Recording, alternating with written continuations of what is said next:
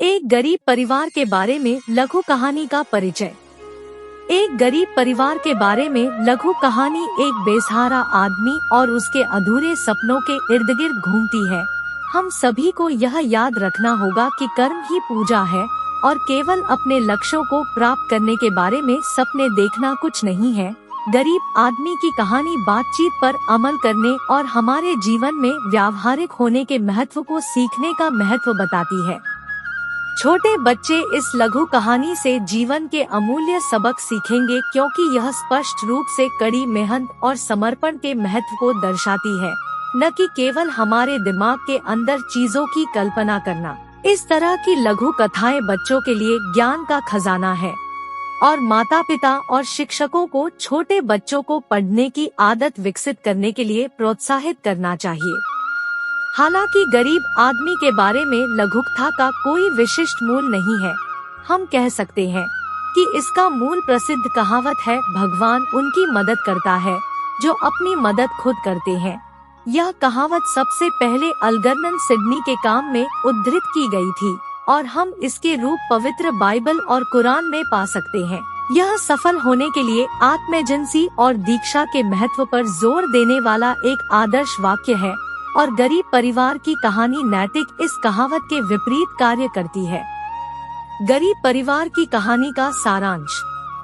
कहानी एक ऐसे आदमी से शुरू होती है जो कमजोर, भूखा और बेहद गरीब है। वह बहुत अकेला था, उसका अपना कोई परिवार नहीं था। उस आदमी के पास कोई नौकरी नहीं थी और वह पैसे और भोजन के लिए भीख मांगता था।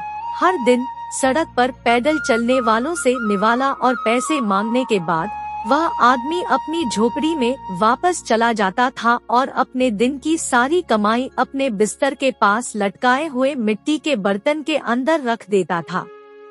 एक दिन वह आदमी पूरे दिन भीख मांगते मांगते थक गया और उसने जल्दी सोने का फैसला किया। अपनी गहरी नींद के दौरान वह सपने देखने लगा। अपने सपनों में वह प्रचुर धन वाला एक धनी व्यक्ति था।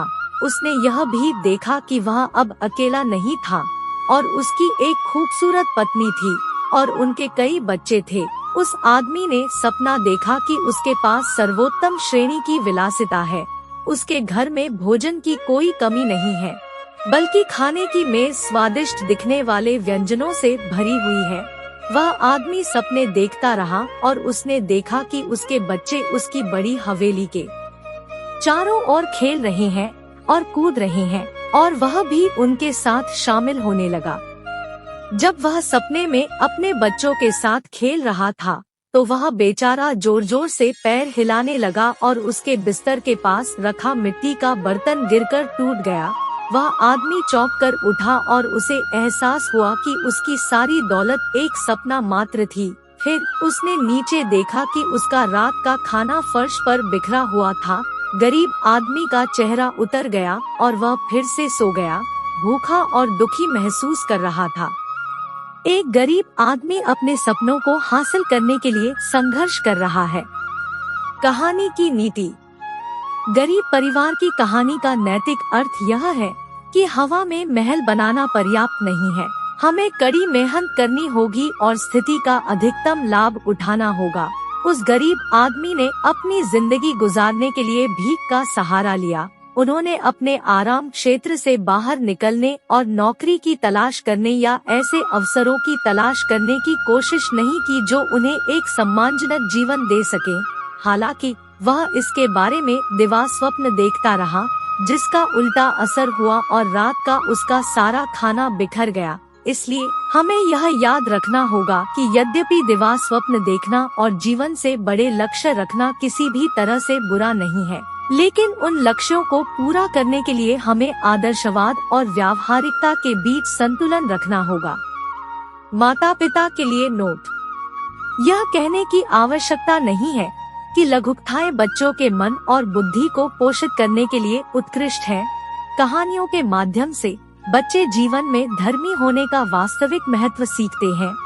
उदाहरण के लिए, एक गरीब परिवार के बारे में लघु कहानी बच्चों को अपने सपनों को पूरा करने के लिए कड़ी मेहनत करने के महत्व को सीखने में मदद करती है।